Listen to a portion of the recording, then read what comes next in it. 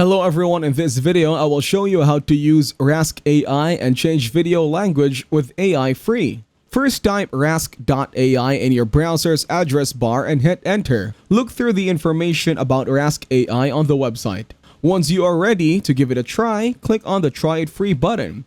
You can sign up using your Google account on your email. Choose whichever option you prefer. If you are signing up with Google, pick the Google account you want to use.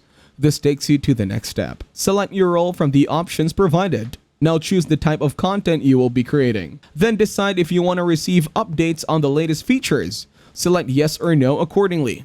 You can either upload a video from your device or try their sample. After that, enter the project name, number of speakers in the video, original language, and the language you want to translate to.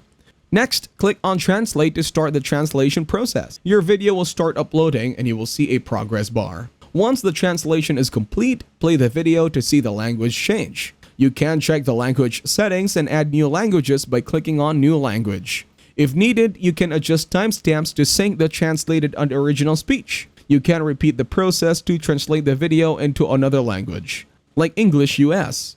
Once you are satisfied with the translation, you can download the video to your device.